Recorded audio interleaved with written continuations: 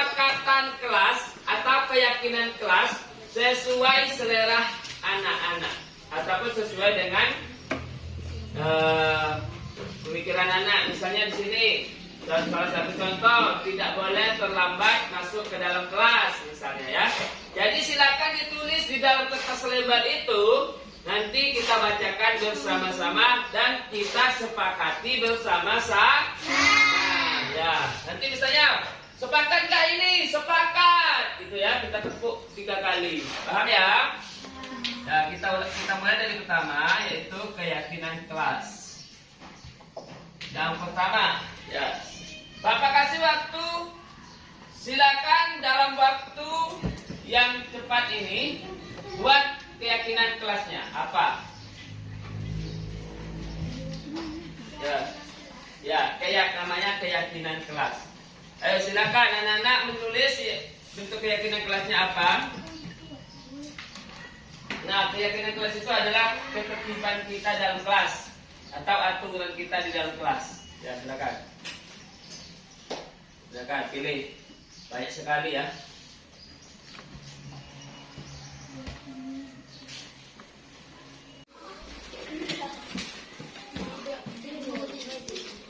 Nah, cepat.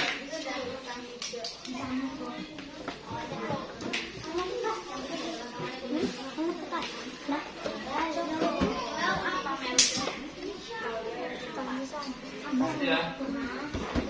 Sudah belum?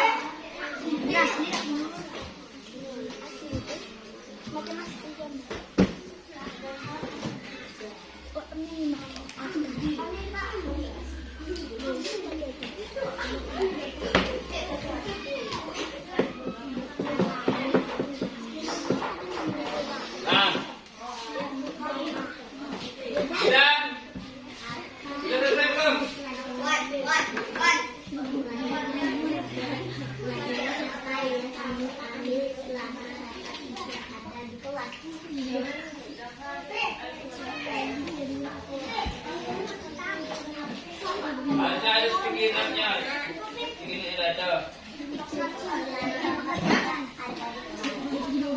Sudah? Sudah semua kan? Sudah.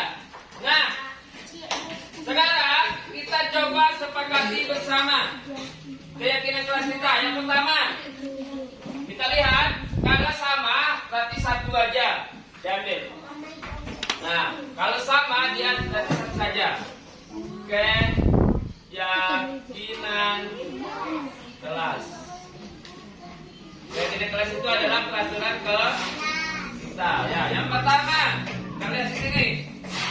Tidak boleh telat ke sekolah. Nah, ini keyakinan kelas nih. Keyakinan kita tidak boleh telat ke sekolah. Apakah setuju atau tidak? Setuju? Tulis, tidak boleh telat, tidak boleh terlambat ya. Tidak boleh terlambat. Silakan ditulis kamu, biar tahu keyakinan kelas kita. Tidak boleh terlambat ke sekolah.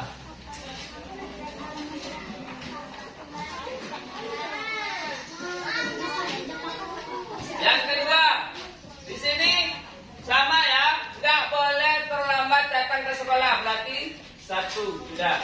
Yang kedua, di sini ada namanya bermain bersama. Maksudnya apa? Tidak ada ya keyakinan kelas bermain bersama. Nah, di sini mungkin kita bisa mengambil arti kesimpulan ini. Belajar sambil bermain, boleh. Apakah siap? Mau? Apakah sepakat? Belajar sambil bermain. Berarti kita sepakat belajar sambil bermain. Belajar sambil bermain. Bermain itu dalam istilah kita buat sebuah permainan dalam belajar itu ya. Yang ketiga, tidak boleh terlambat datang ke sekolah. Ini juga sama. Kita tidak boleh lagi ambil. Tidak boleh ribut di dalam kelas. Sepakat? Tidak boleh ribut di dalam kelas.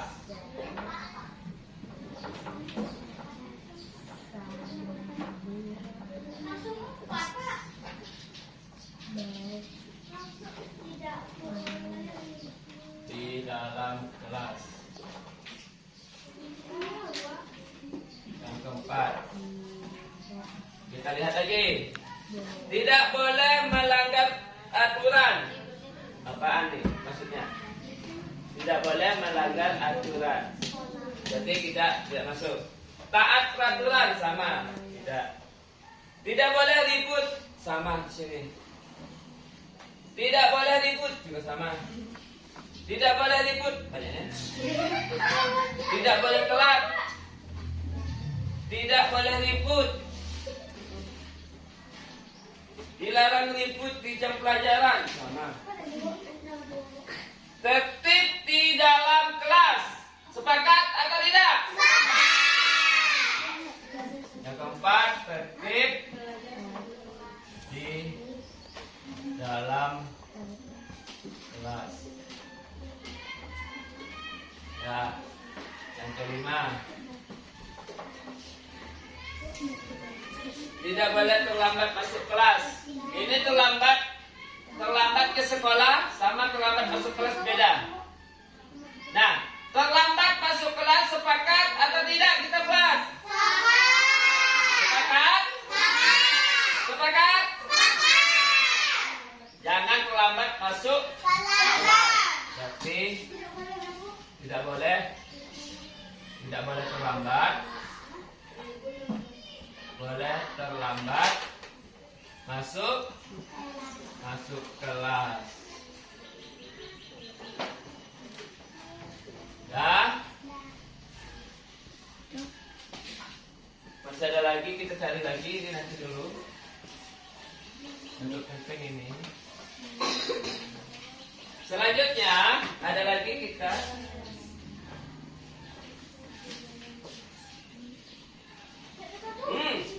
Di sini ada juga nih.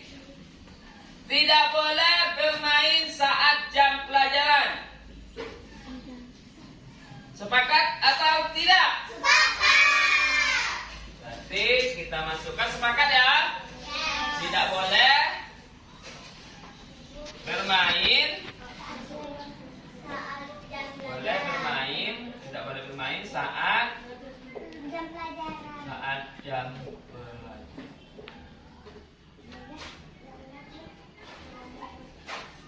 Lanjut.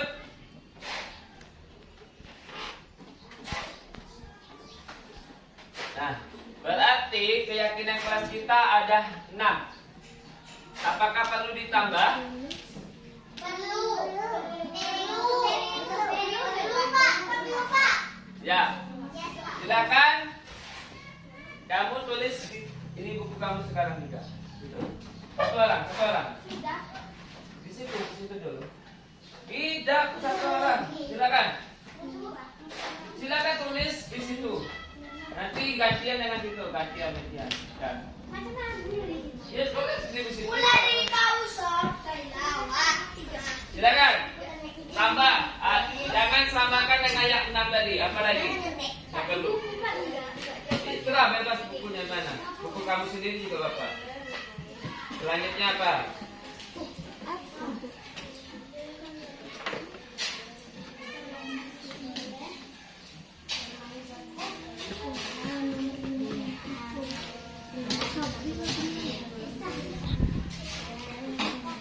Ya, kita tambah lagi ini kelas baru 6. Berarti apa lagi? Ini kesepakatan kamu sendiri ya, bukan kesepakatan kita, Bapak. Yang belum ada di kesepakatan selanjutnya silakan cari apa lagi, Pak? Ya. Udah, lanjut.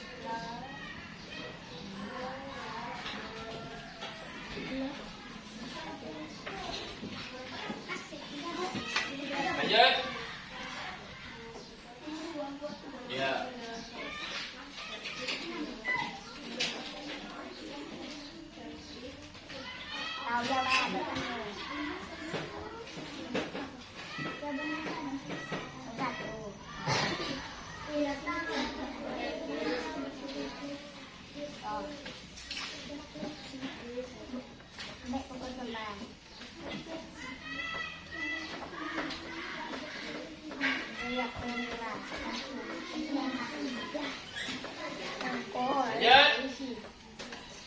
Masih ada lagi? Mau?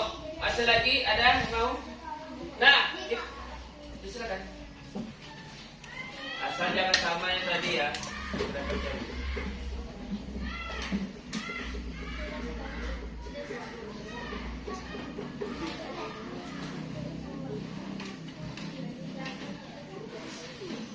Pak sambungan ya, Pak.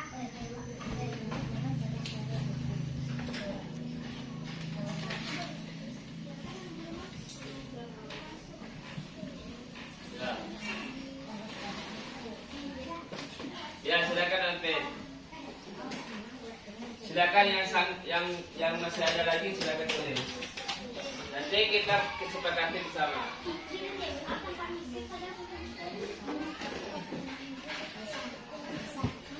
Permisi. Harus minta izin ibu bapak dulu. Lanjut.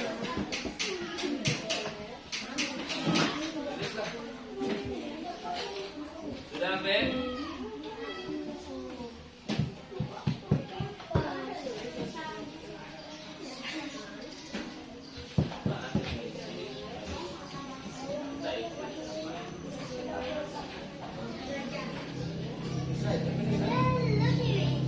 Nah, silakan, Bibi.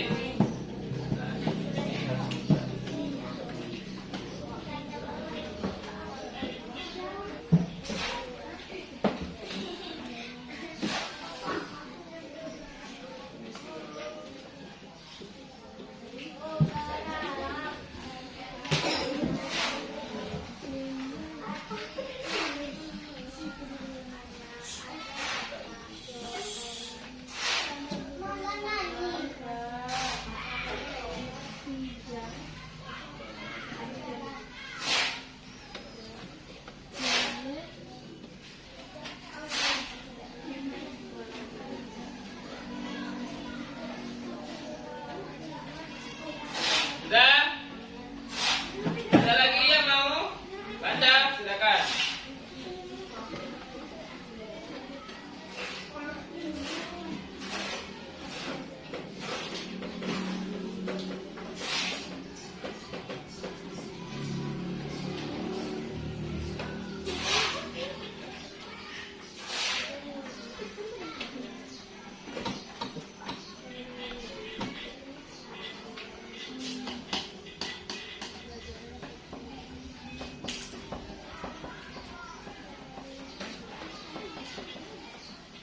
Masih ada lagi?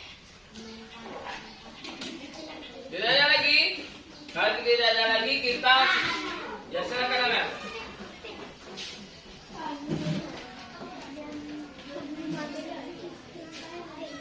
Di bawah aja.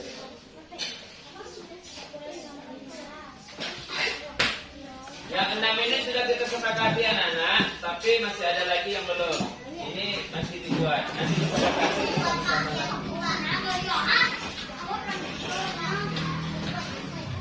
Ada lagi? Silakan Astri.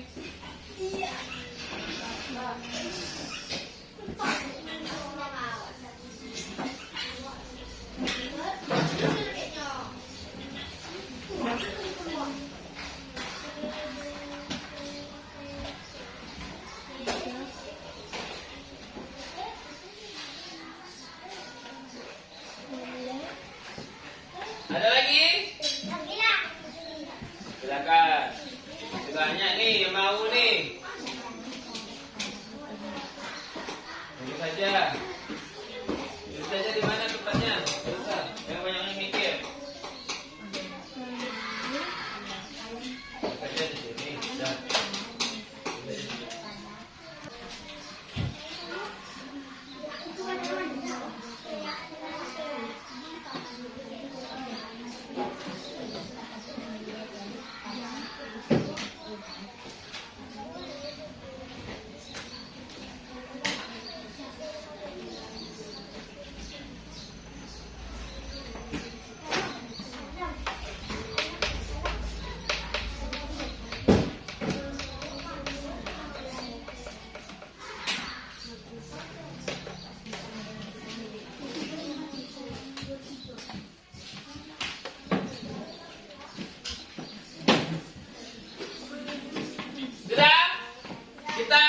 Putuskan?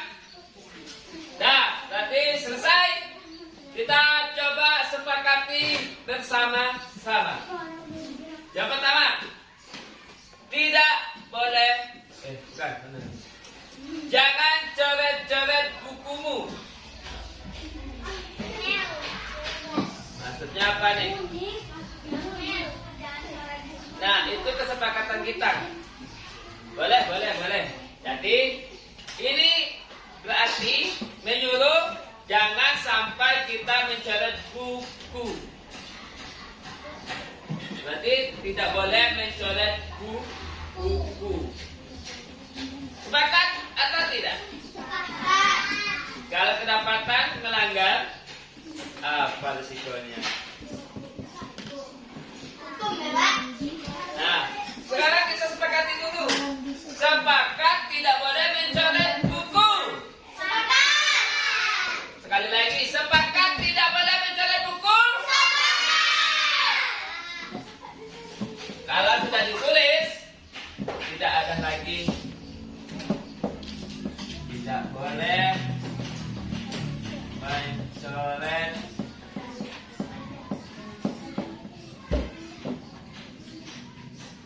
buku. Kita lanjutkan.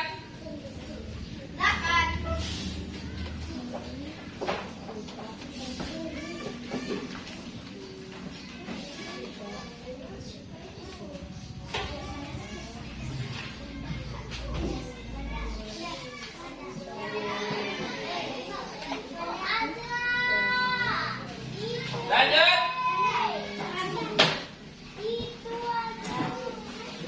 Saat permisi keluar kelas, harus minta izin sama bapak ibu guru.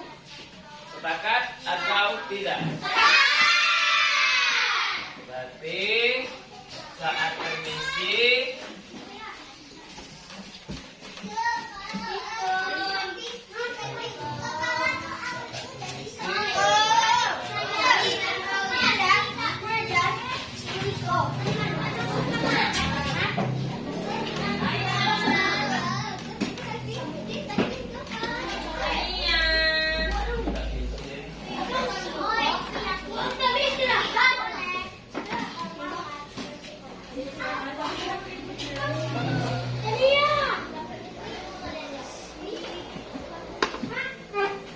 Nah, yang kedelapan kesepakatan kelas kita saat permisi keluar kelas minta izin kepada bapak dan ibu guru. Sepakat? Kita lanjut. Harus tertib di dalam pelajaran. Sudah ada? Sudah ada belum? Sudah ya? Sudah ada ya, tertib di dalam. Dan kita lanjutkan. Tidak boleh makan di dalam kelas saat jam pelajaran. Tidak boleh makan. Ya, tidak boleh makan di dalam kelas saat jam pelajaran. Sepakat? Sepakat? Kita tulis.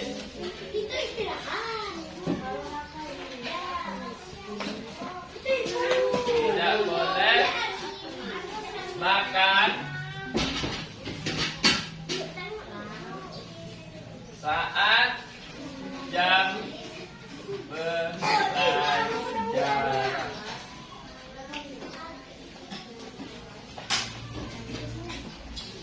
Yang ke-10, banyak nih kesepakatan kelas nih. Apakah bisa kamu sepakati atau tidak? Lanjut.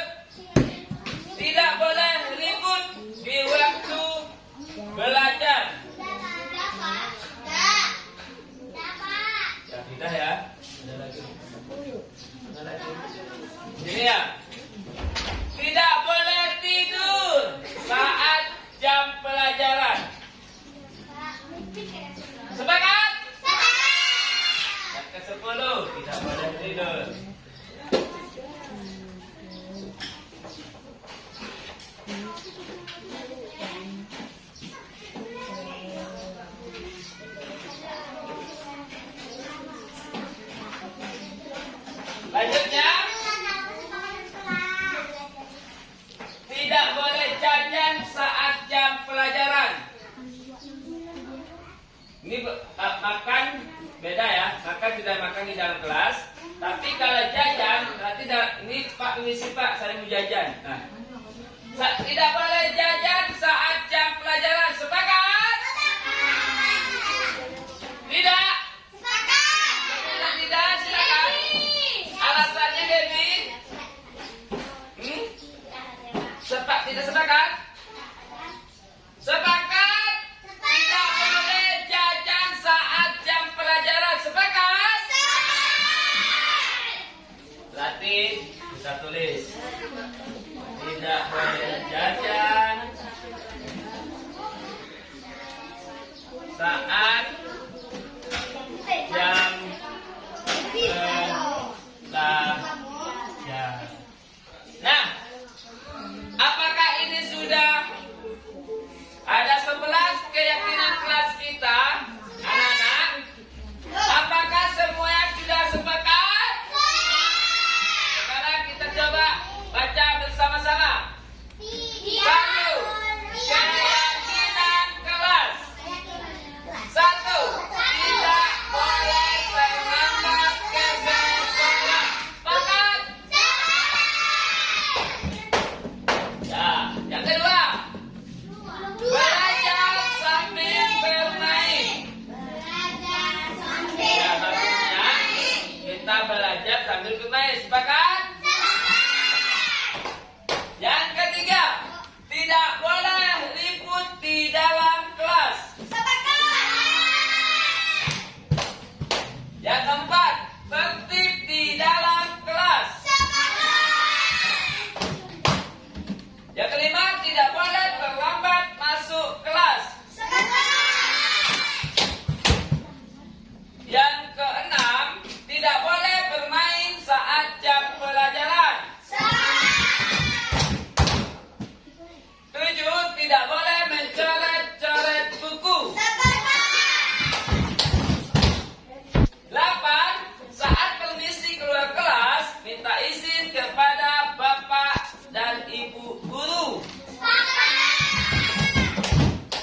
9. Tidak boleh makan saat jam pelajaran. 10. Tidak boleh tidur saat jam pelajaran. 11. Tidak boleh jajan saat jam pelajaran. Sekarang masih ada yang ke-12. Boleh nambah? Silakan. Tidak boleh bergendang dalam jam pelajaran. Bergendang? Ya. Kita kalau bergendang kita masukkan ke dalam tidak boleh ribut di situ. Ya. Sudah masuk semuanya. Bergendang itu sudah masuk dalam Nah, yang ke-12 ini Bapak akan tunjukkan yang ke-12 apakah sepakat atau tidak? Belum.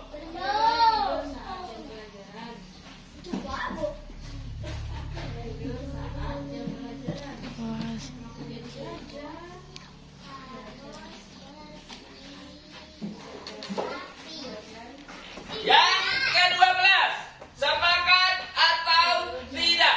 Kelas harus bersih dan rapi.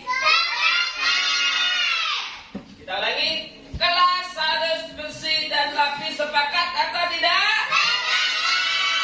Berarti semuanya sudah sepakati bersama-sama dan tanah, langit itu sebagai saksinya dan ibu-ibu yang ada di dalam ini juga sebagai saksi. Siapa yang melanggar berarti dia menanggung risikonya atau dosa. Nah, ini akan kita abadikan di dalam kelas kita dan kita akan membuat sebuah bentuk dari keyakinan kelas dalam bentuk poster. Nah, seperti itu contohnya. Seperti ini contohnya, silakan. Seperti itu contohnya, silakan cari gambar. Pertama, tidak boleh terlambat ke sekolah. Berarti ada katanya anak yang datang ke sekolah saat pergi ke sekolah. Belajar sambil bermain. Berarti belajar sambil bermain. Tidak boleh ribut di dalam kelas. Berarti ada gambar anak yang tidak boleh ribut di dalam kelas. Seperti itu. selanjutnya dan seterusnya sampai 12 kesepakatan. Demikian adalah kesepakatan kelas kita yang dapat kita sepakati bersama, dan Bapak harap ke depannya dan mulai saat ini harus mengerti dengan keyakinan kelas kita. Bisa dipahami? Dan saat ini Bapak sekian dulu untuk keyakinan kelas. Terima kasih. Assalamualaikum warahmatullahi wabarakatuh.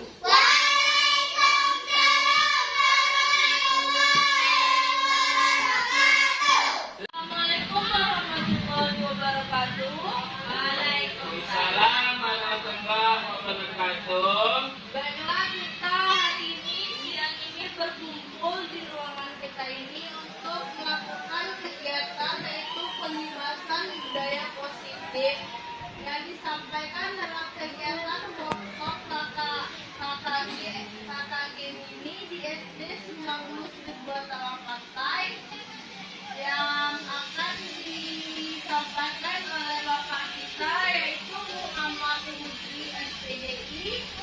Kepada bapak kami persilakan.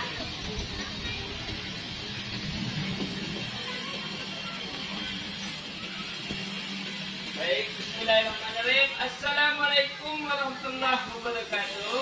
Waalaikumsalam. Terima kasih kepada Ibu Moderator yang telah memberikan kesempatan kepada saya pada siang hari ini, yang mana yaitu kita akan mengadakan sedikit atau menyampaikan pengarahan yaitu tentang workshop KKG Mini SD 50 Talang Pantai tentang pengimbasan budaya.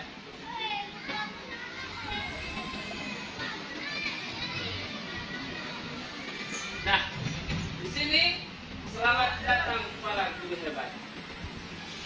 Mari kita belajar bersama, berkolaborasi, saling mendukung dan mewujudkan disiplin positif di sekolah kita tercinta. Nah, jadi Bapak Ibu guru, di sini ada yang namanya tentang budaya positif dan ada yang namanya tentang disiplin positif. Bapak Ibu guru sudah tentu sudah tahu apa itu positif. Nah, jadi positif itu adalah tindakan yang sangat baik. Kalau negatif pasti tindakannya sangat jelek. Nah, di sini dapat kita simpulkan bahwa disiplin positif ini adalah bagaimana suatu tindakan yang kita lakukan kepada anak didik kita itu dalam menerapkan disiplin positif. Nah, salah satu contoh Bapak Ibu seperti kita mengarahkan anak supaya tidak terlambat datang ke sekolah. Dan kita boleh menegur anak apabila anak tidak memakai pakaian yang tidak rapi. Itu ada juga disiplin. Nah, di sini ada konsep utama tentang budaya positif yang kita bahas. Yang pertama, perubahan paradigma belajar. Berarti maksudnya apa? Di sini adalah kita sebagai seorang pendidik harus merubah mindset kita, merubah mindset pelajar kita, yang mana dulunya kita hanya berfokus kepada kegiatan buku, belajar, dan metode yang kita lakukan hanya metode ceramah. Sekarang boleh melakukan kegiatan ataupun model pembelajaran yang pada saat ini di guru merdeka. Ada yang namanya kita menggunakan model jigsaw, ada yang kita menggunakan model PBL, ada juga yang kita menggunakan dengan model PJBL. Nah, PBL ini apa, Bapak Ibu? PBL ini adalah suatu model pembelajaran yang kita gali masalah. Nah, jadi kita harus cari masalah dulu. Setelah itu baru kita selesaikan dan kita cari solusi.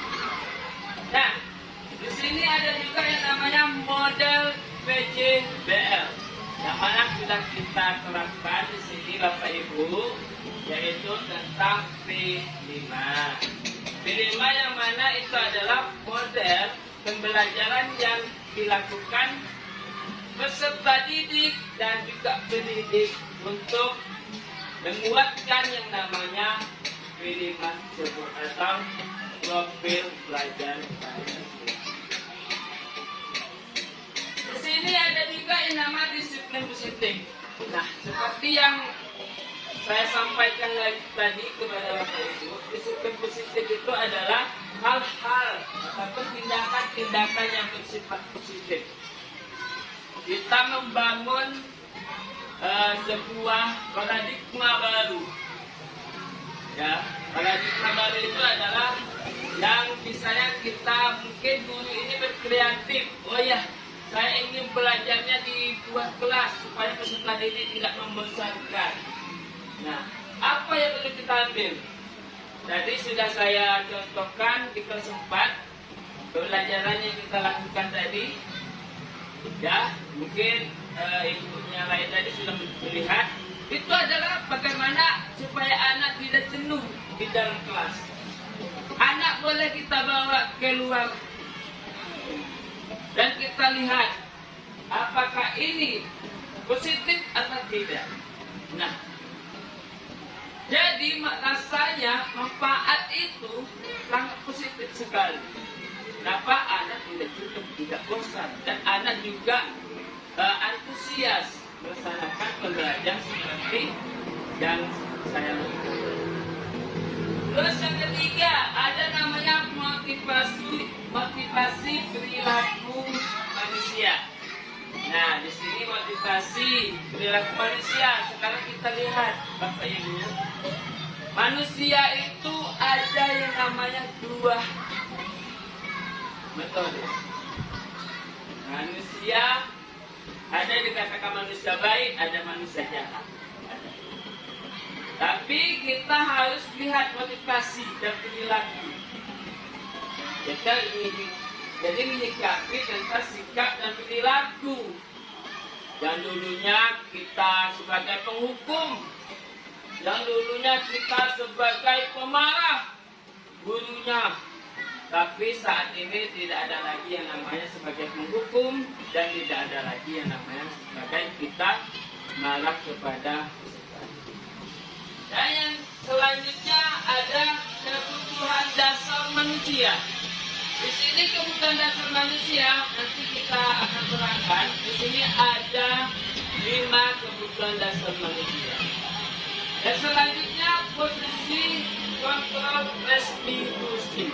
Nah, inilah yang akan kita rubah mindset kita sebagai seorang guru, ya Bapak Ibu, yaitu bagaimana kita tidak lagi sebagai penghukum, mana kita tidak sebagai pembuat rasa bersalah, terus tidak sebagai teman, tidak sebagai pemantau, tetapi kita harus ambil yang poin kelima, yaitu sebagai manajer. Selanjutnya ada keyakinan kelas. Nah, di sini sudah diterangkan. Keyakinan kelas itu adalah aturan-aturan yang disepakati bersama-sama.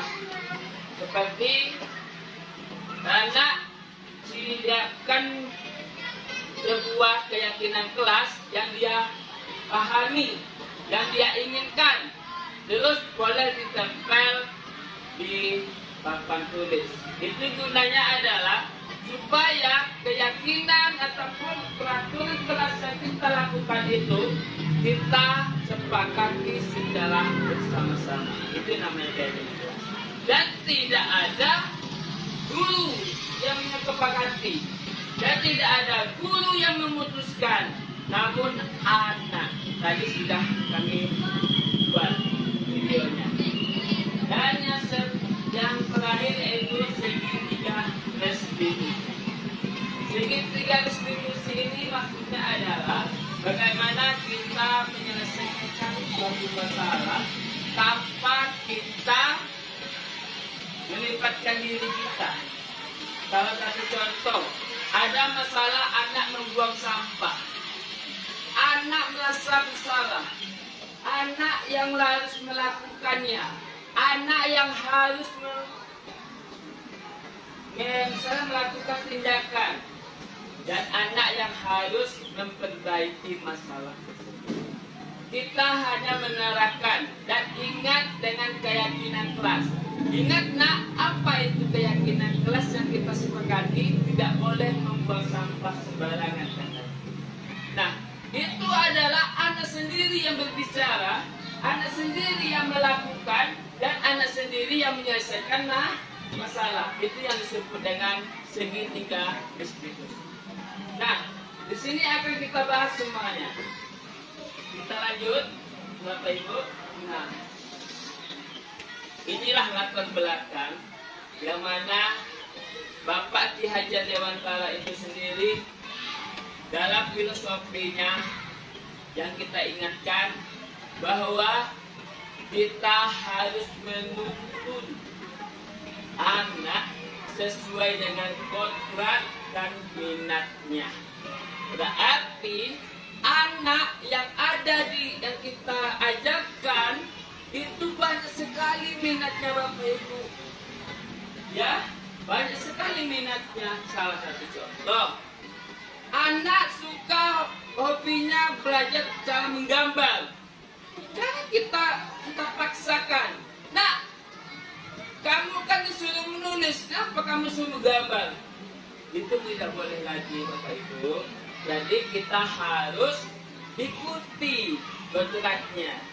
Karena kodrat tersebut adalah sudah lahir dari diri anak tersebut. Nah, kalau kita anak itu suka menggambar, anak itu sukanya hobi bermain, kita ikuti. Jadi posisinya kalau kita melakukan materi, salah satu contoh nih, kita belajar matematika. Anak-anak itu suka dengan tentang kubus. Tapi ada salah satu anak suka dengan sebuah karya, menciptakan proyek. Jadi dia membuat kubus. Dan ada juga anak yang suka hobi menggambar, membuat kubus. Ada juga dengan cara melakukan puisi. Itu tidak salah, Bapak Ibu. Tidak salah. Jadi yang kita lakukan itu adalah benar. Ya, kita harus mengikuti sesuai dengan program.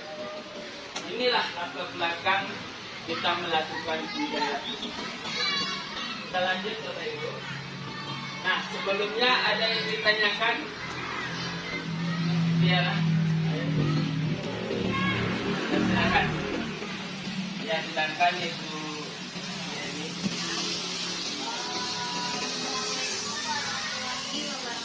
Waalaikumsalam warahmatullahi wabarakatuh.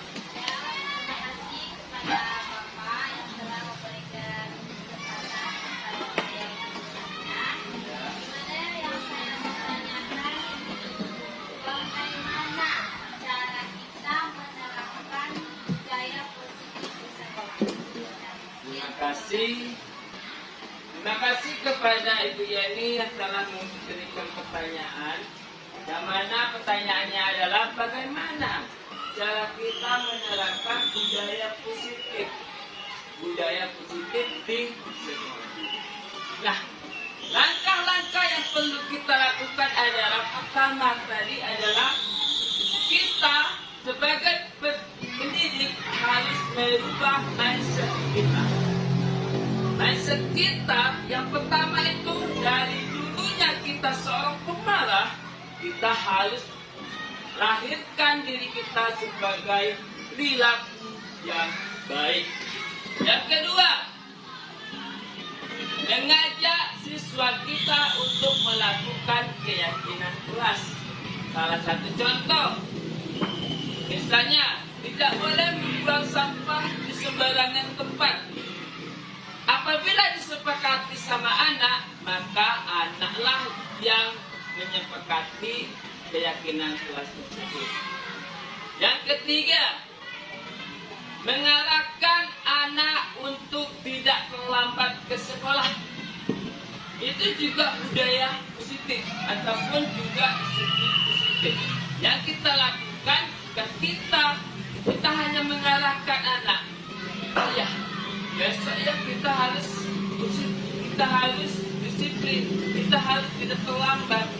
Nah, berarti guru hanya mengarahkan, sedangkan anaklah yang melakukan tindakan tersebut. Mungkin itu dulu. Apa yang disampaikan? Ada lagi? Ya, silakan Pak Abian. Ada yang ditanyakan? Ya, kita lanjutkan dulu ya. Nah, di sini ada namanya pembelajaran dengan paradigma baru. Pembelajaran dengan paradigma baru ini dirancang berdasarkan prinsip pembelajaran yang terdiferensiasi, sehingga setiap siswa belajar sesuai dengan kebutuhan dan sesuai dengan tahap perkembangannya. Nah, maksud di sini adalah Bapak Ibu, berdiferensiasi itu adalah bagaimana kita mengetahui, kita merefleksikan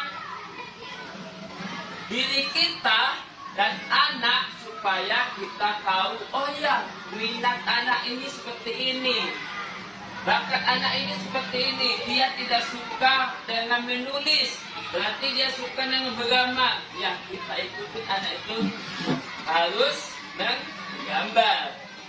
Anak itu sukanya bermain sambil belajar, makanya kita petakan atau memetakan sebuah konsep atau disebut dengan pemetaan kajian, konsep dasar, dan kita harus tahu minat bakat anak itu sebanyak sesuai yang kita ajarkan tersebut. Dan tidak boleh kita harus komitmenkan atau satukan, tidak.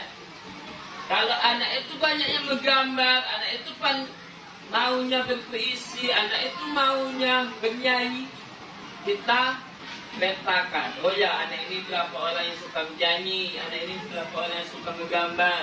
Nah, itu yang disebut dengan pelajaran yang berdiferensiasi. Nah, yang mana untuk mewujudkan profil pelajar Pancasila. Nah, di sini pasti ada yang namanya profil pelajar Pancasila kita atau P5. Itu adalah ada yang namanya ketakwaan kepada Tuhan Yang Maha Esa. Anak itu harus bisa kita arahkan supaya dia bisa berkepribadian yang beragama, religius. Nah, yang kedua, kebinekaan global, maksudnya itu adalah anak harus tahu dengan budayanya sendiri. Contohnya di Bungo.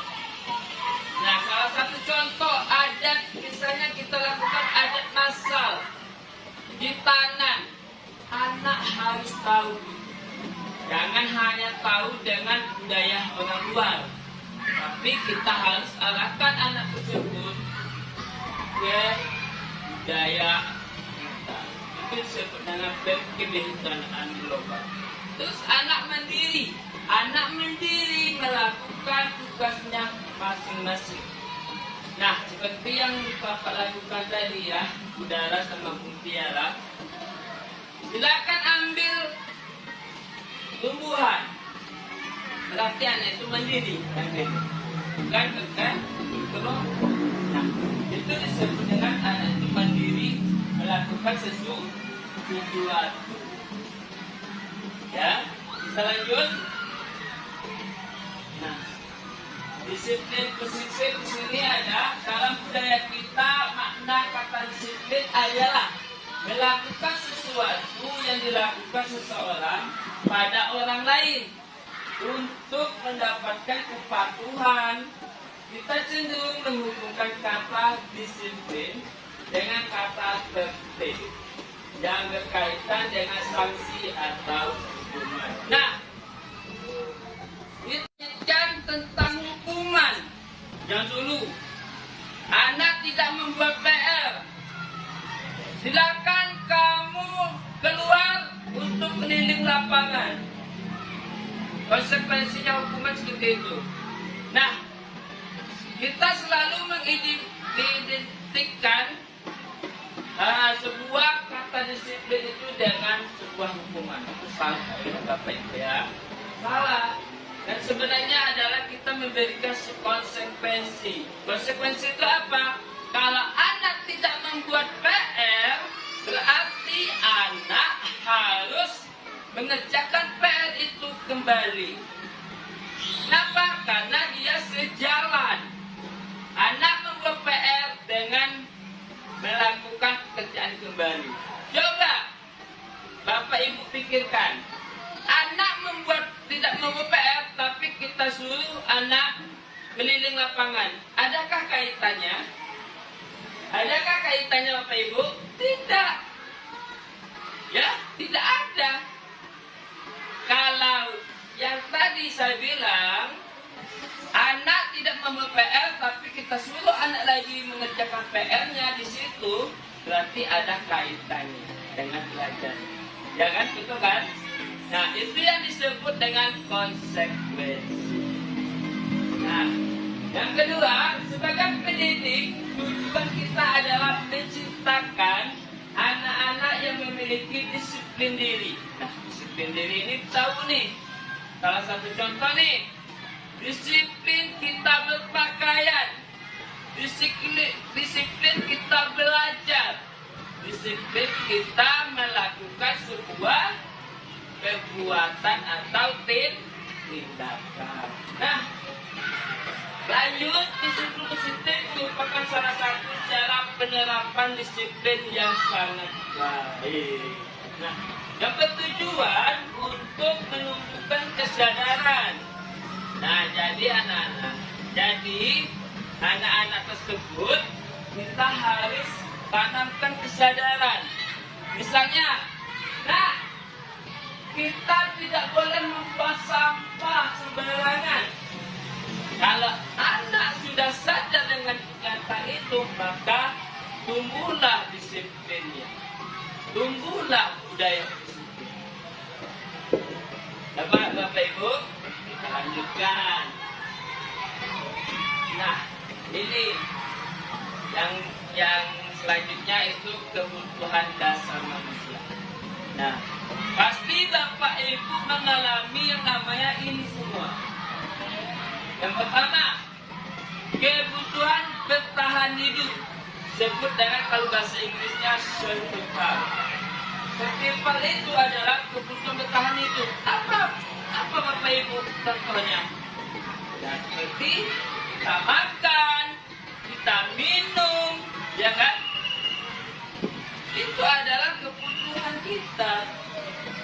Itu adalah kebutuhan dasar manusia. Ya kan? Nah, yang kedua, tidak mungkin dan tidak yakin kalau kita tidak mempunyai cinta dan kasih sayang. Pasti ada. Ya kan? Setiap guru cinta kepada peserta didik. Dan setiap peserta didik juga cinta dan kasih sayang kepada guru. Dan kita semua sebagai manusia harus mempunyai belas kasih sayang. Nah, yang ketiga, itu penguasaan. Pasti. Ya. Kita penguasaan. Kenapa? Karena dalam posisi kita disebut ada rasa berkuasa. Dan selanjutnya kebebasan. Kita memerlukan kebebasan. Pasti. Dan kesenangan. Kita happy seperti ini. Kita melakukan yang sangat bahagia. Ada rasa kesenangan. Kita lanjutkan, Bapak Ibu.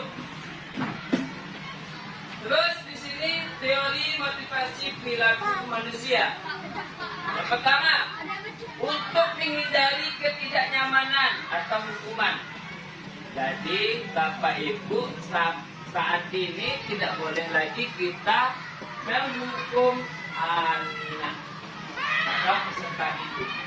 Nah, yang kita boleh adalah konsekuensi dan kita lakukan restitusi. Nah, di sini ada kita lakukan. Nah, di sini perhatikan, ada yang namanya identitas gagal dan ada identitas sukses. Nah, identitas gagal itu identik dengan sebuah hukuman. Kenapa? Anak yang kita lakukan, anak yang kita beri hukum akan menyakitkan hatinya. Berarti kalau anak sudah diberi hukum, ayo bersihkan sampah, ayo keliling lapangan, ayo hormat kepada bendera merah putih, itu tidak lagi digunakan. Yang kita gunakan apabila konsekuensi dan restitusi, itulah yang dikatakan identitas yang sukses. Konsekuensi maksudnya yang saya contohkan tadi. Salah satu contoh, anak terlambat datang ke sekolah, maka apa yang dia lakukan? Berarti anak berusaha tidak terlambat datang ke sekolah. Nah, kedepannya apa yang dia harus ubah? Itulah yang dikatakan restitusi. Anak yang menyelesaikan masalah tersebut. Jadi yang dikatakan identitas yang sukses itu adalah kita harus menggunakan konsekuensi dan restitusi. Nah, ada yang ingin ditanyakan sampai di sini? Apa itu Pak? Restitusi, apa itu Pak? Konsekuensi, apa itu Pak? Hukuman, apa itu Pak? Sebagai pembuku. Ya, ada yang ditanyakan Bu Mutiara, Bu Mala, Bu Siti, Bu Mestina? Ya, Mas. Ya, di sini kita lihat konsep disiplin dan identitas gagal. Dikira gitu ya. Pertama, hukuman. Kita lihat dari tindakan hukuman. Menyakitkan, ya kan? Menyakitkan tindakan hukuman, tidak nyaman. Anak itu merasa tidak nyaman. Yang kedua, merasa takut. Kalau kita sudah marah dengan anak, kita lakukan hukuman, anak pasti takut. Maka larinya ke psikolog anak. Yang ketiga, murid menyembunyikan kesalahan, pasti. Kalau kita misalnya anak itu membuat kesalahan, tapi ketika dia takut dengan hukuman, dia sembunyikan kesalahannya. Tanpa ragu-ragu dia mengatakan, saya tidak melakukannya Pak, saya tidak melakukannya Bu. Padahal kita tahu anak itu melakukannya. Itu menyembunyikan kesalahan. Yang selanjutnya, murid menjadi rendah diri, jelas. Ini jadi posisinya anak bisa terhina. Apa dikatakan terhina, Bapak Ibu? Ya, anak merasa rendah. Anak merasa terasing. Ya, kita melihat malah anak dikucilkan sama teman. Gitu kan? Kamu kena hukuman ya, kasihan deh. Nah, jadi posisinya anak merasa merendahkan, terendah hatinya dan hina. Nah, sekarang ada lagi di sini, makanya di sini Bapak Ibu kita harus komitmen dengan diri kita, fokus dengan apa yang kita lakukan.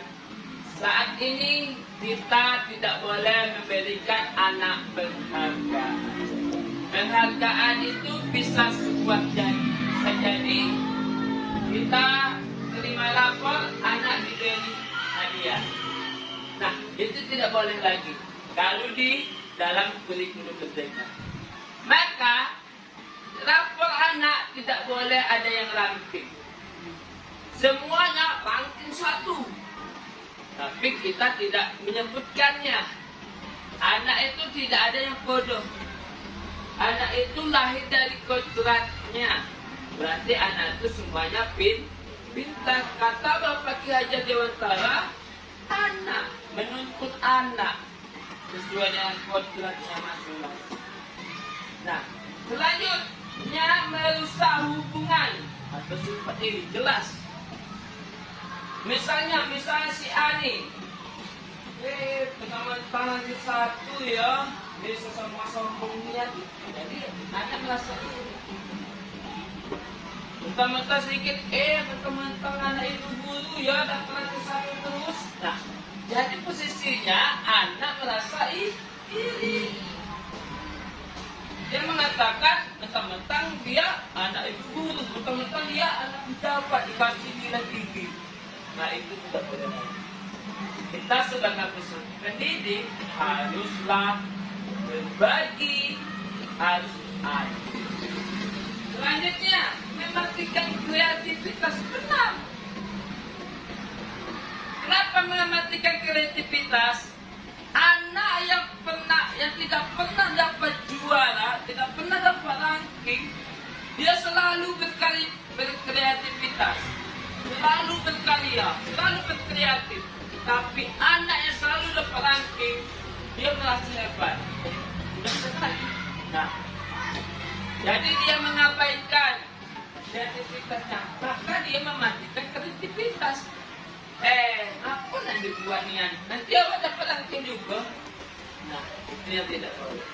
Tapi anak yang belum tidak dapat ranking, mati-matian dia pakai itu. Mati-matian dia ingin mendapatkan ranking sendiri. Sedangkan sudah tahu kita, ini si Ani jadi ranking 1 nih. Ya, terus menghukum dengan sistem ranking. Nah, ini yang saya katakan tadi, mengubah sistem ranking tidak boleh lagi. Ya, si A ini ranking 1, si A ini ranking 2. Dan selanjutnya merampas hak menghargai diri. Maksudnya adalah kita merasa terampas hak itu. Anak yang kita didik itu, kalau dia tidak kreativitas, dia tidak melakukan pembelajaran sepenuhnya, tapi dia dapat ranking 1, anak yang merasa iri tersebut merasa haknya dicuri. Benar nggak? Berarti kita sebagai pendidik tidak adil. Ya, paham Bapak Ibu? Paham ya? Kita lanjutkan Bapak Ibu. Sebentar lagi Bu. Nah, ini ya. Tadi yang gagal, sekarang yang sukses ini. Nah, konsekuensi dan restitusi itulah yang kita lakukan sebagai pendidik. Pertama, penguatannya dalam jangka pendek. Perlu monitoring berkelanjutan. Monitoring itu adalah kita lihat, kita monitor. Terus lalu kita pantau terus. Ya. Terus ada stimulus dan respon murid. Nah, disinilah sebelum kita melaksanakan kegiatan pembelajaran, ada yang namanya stimulus, ada yang namanya refleksi. Dan saat kita selesai melakukan pembelajaran, kita harus refleksikan diri anak, apa yang anak dapatkan hari ini. Dan untuk guru, apa kelebihan dan kekurangan yang Bapak atau Ibu guru ajarkan hari ini. Maka anak yang merefleksikan diri kita, anak yang tahu kekurangan kita, kalau dia mengatakan, kita misalnya kurang dalam segi media pembelajaran, maka kedepannya kita harus melakukan media pembelajaran atau merubah pembelajaran kita selanjutnya. Itu ya. Nah, di sini restitusi adalah murid bertanggung jawab. Yang maksudnya tadi anak terlambat datang ke sekolah, terus anak sudah tahu dengan masalahnya, anak sudah tahu dengan cara menyelesaikan masalahnya, anak itu bertanggung jawab. Oh ya, tadi saya terlambat datang sekolah. Saya sudah memberikan pengalaman saya dan juga memberikan tindakan. Berarti besoknya saya tidak terlambat datang ke sekolah. Maka anak itu merasa bertanggung jawab. Dengan perilaku yang dia lakukan tadi. Yang kedua, fokus pada masalahnya. Artinya apa? Nah, ketika Anda datang terlambat tadi, dia tidak fokus. Kenapa saya datang terlambat? Apa hal? Apa yang terjadi? Nah, kemungkinan besar ada yang dikatakan anak itu tidak, mungkin malam hari dia melakukan begadang, ya, terus lalu lambat tidur malam. Nah, jadi bisa jadi anak itu terlambat. Nah, di sini murid menghormati dirinya dan orang lain. Jelas, tidak ada yang rasa disakiti. Guru merasa senang sudah anak menyelesaikan masalah dan tidak merasa tersakiti. Selanjutnya teori kontrol.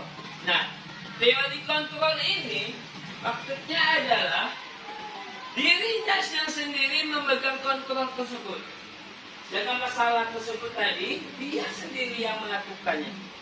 Dia sendiri yang menyelesaikan. Selanjutnya, murid bersemangat memperbaiki diri. Nah, antusias, anak bersemangat. Oh ya, harusnya besok pagi saya tidak akan terlambat lagi. Nah, jadi ada antusias semangat anak itu memperbaiki dirinya. Inilah konsep disiplin yang kita katakan sukses. Paham Bapak Ibu? Jadi mulai hari ini Bapak Ibu harus melakukan konsekuensi dan restitusi. Dan tidak ada lagi yang namanya identitas gagal seperti kita sebagai penghukum. Ya, paham Bapak Ibu? Kita lanjut. Betul lagi. Panjangnya. Nah, kita akan jalankan sedikit restitusi aja. Di sini, restitusi adalah suatu proses menciptakan kondisi bagi guru, bagi murid untuk memperbaiki kesalahan mereka sendiri tanpa kita menyelesaikan suatu masalah.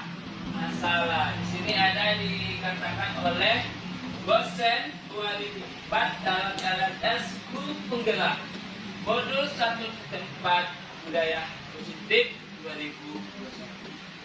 Nah, di sini sudah masuk ke dalam penggerak ini. Nah, ciri-ciri restitusi di sini adalah bukan untuk menembus kesalahan. Yang kedua, memperbaiki hubungan.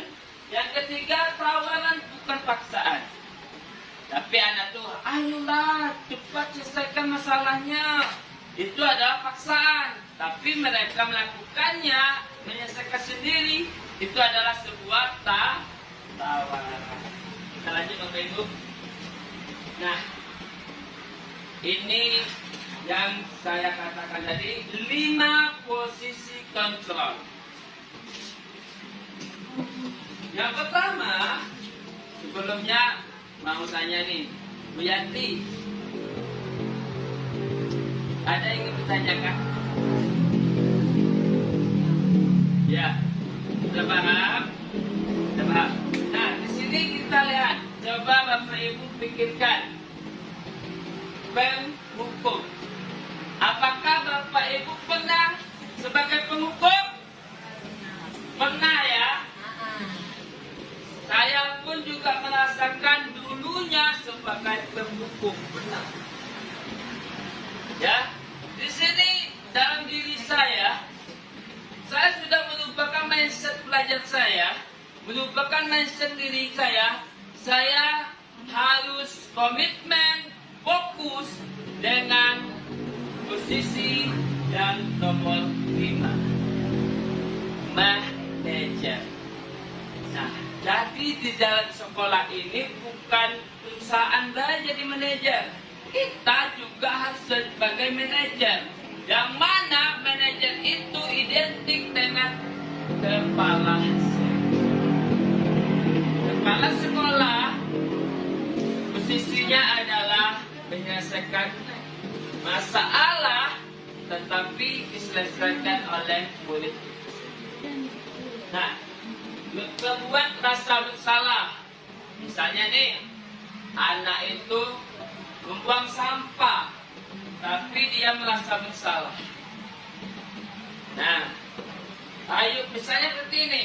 Ayolah Ani, buanglah sampah pada tempatnya, nanti pada sekolah bakal marah loh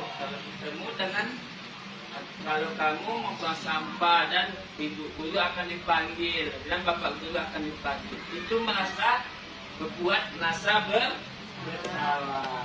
Nah sini, nah ini yang terpenting yang Bapak Ibu, kita tidak boleh guru itu sebagai teman. Tidak boleh. Kenapa?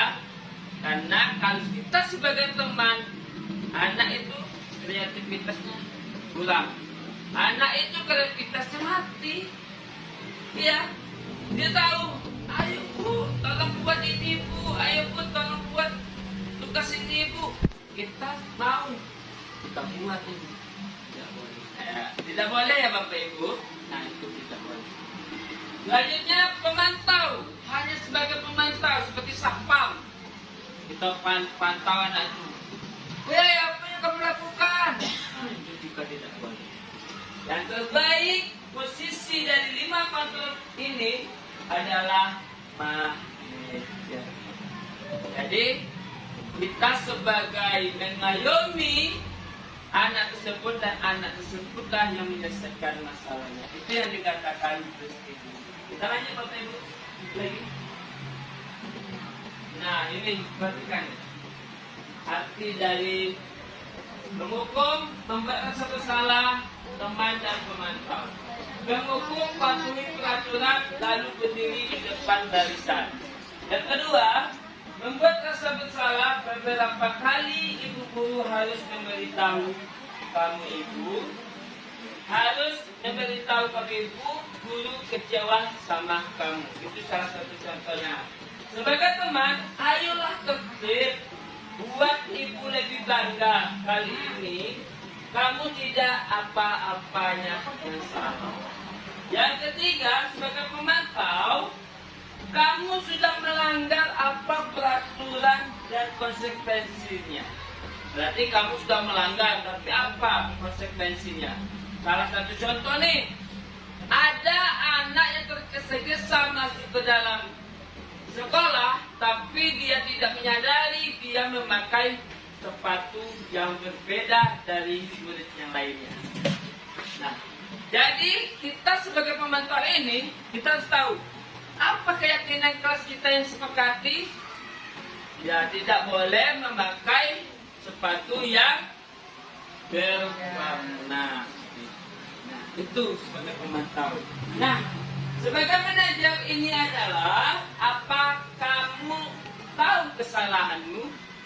Nah, berarti kita mengarahkan anak itu, tahu kesalahanmu, tahu bu. Nah, itu dulu ya. Kira-kira bagaimana kamu akan memperbaiki kesalahan? Berarti anak itu sendiri. Kira-kira bagaimana kamu anak memperbaiki kesalahan? Saya akan tidak datang terlambat lagi bu. Saya akan tidur lebih awal bu. Nah, itu adalah ucapan ataupun jawaban dari anak kita didik. Apakah kita yang memberikan jawabannya? Tidak. Itu yang lebih bagus Bapak Ibu sebagai manajer. Selanjutnya Bapak Ibu sedikit lagi nih.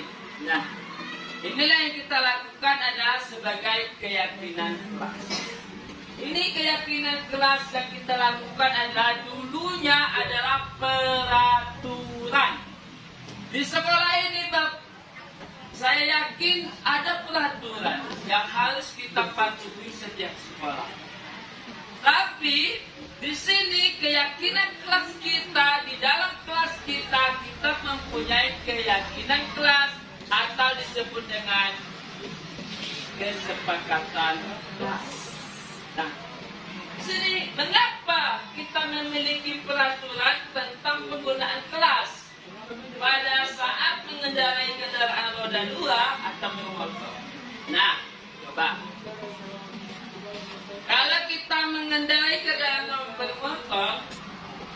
pasti ada aturan.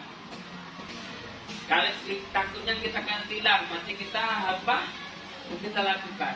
Ada SIM, ya kan? Nah, harus pakai helm. Nah, berarti itu sebuah peraturan yang harus kita patuhi. Coba, ada yang mengatakan peraturan harus untuk dilanggar, ada. Tapi di dalam kelas kita sudah buat kesepakatan bersama anak-anak dan anak itu sendiri yang menyepakati dan kita hanya mengetok palunya dan itu akan dilaksanakan oleh anak itu sendiri. Itu yang dikatakan keyakinan kelas. Nah, perhatikan cara membaik keyakinan kelas. Tahap pertama, supaya mungkin dari ibu yang lainnya pasti ada yang mengerti, ada yang yang pertama, guru bersama murid berdiskusi atau berkolaborasi tentang peraturan kelas. Misalnya, masuk kelas harus tepat waktu. Nah, kalau kita mengatakan anak tersebut, Pak, kita harus masuk kelas tepat waktu, kita sepakati dulu sama muridnya lain. Ayo anak-anak, apakah sepakat kita harus masuk kelas tepat waktu? Sepakat Pak, sepakat Bu. Nah, maka kita harus tulis. Yang mana kalau kita melakukan keyakinan kelas itu, harus anak memberikan sebuah lembaran kertas. Yang seperti kami contohkan tadi, anak harus seperti lembaran kertas dan terus tempelkan. Apabila ada sama, kita ambil satu. Nah, kalau ada berbeda, kita tulis. Ya, itu yang kedua, merumuskan peraturan. Menjadi keyakinan kelas. Dulunya peraturan harus tertib di dalam kelas. Berarti keyakinannya adalah tertib di dalam kelas. Jangan ada kata harus. Boleh. Ya, tidak mentaati perintah guru. Berarti tidak boleh kata tidak. Mentaati perintah guru. Seperti itu ya, Bapak Ibu. Lanjut. Di sini ada katanya masuk kelas tepat waktu. Berbicara bahasa yang sopan. Menjaga ketertiban kelas. Menjaga ketertiban kelas itu berbeda dengan menjaga kerapian di dalam kelas. Ya, Bapak Ibu. Yang tahap kedua, menampilkan keyakinan kelas yang sudah disepakati oleh anak tersebut, disepakati dan ditempellah di papan tulis. Makanya sebelum ya dipotong dan ditandatangani sama anak, itu lebih menguatkan bahwa anak itu sendiri yang melakukan keyakinan kelas tersebut. Kita lanjut Bapak Ibu. Nah, bagaimana membentuk keyakinan kelas? Pertama, jelas lebih abstrak. Jadi anak itu merasakan, oh iya, kalau nanti saya yang membuatnya, saya mengerjakan keyakinan tersebut, maka saya yang harus melakukannya. Lebih abstrak dari peraturan, sedikit saja agar lebih dipahami. Terus ada berupa peraturan universal sesuai dengan kondisi kelas sekolah agar mudah diterapkan. Selanjutnya dibuat dalam bentuk positif. Maksudnya adalah, jadi kita tidak boleh kalau dalam bentuk negatif tidak boleh.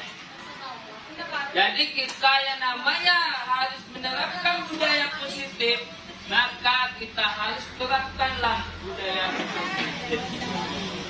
Ya, Bapak Ibu, lanjut lagi.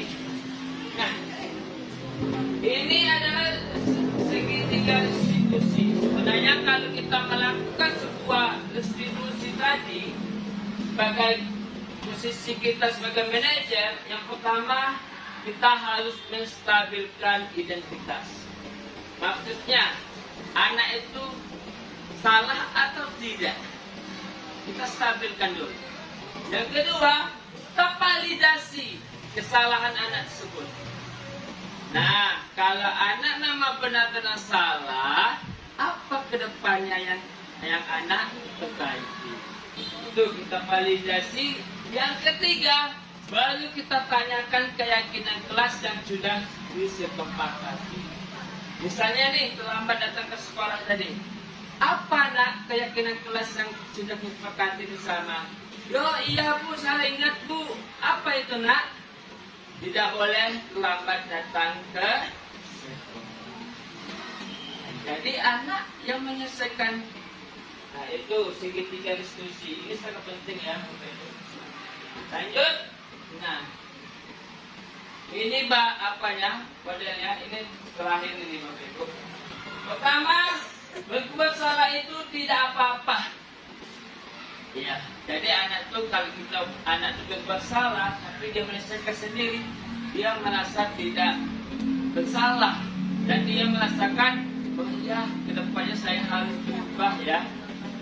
Yang kedua, tidak ada manusia yang sempurna. Jelas, kita harus terapkan, kita harus terangkan kepada anak, benar nak. Walaupun anak melakukan kesalahan, tapi manusia tidak ada yang sempurna. Manusia harus tahu bahwa manusia itu hilaf dari kesalahan. Tidak ada manusia yang sempurna.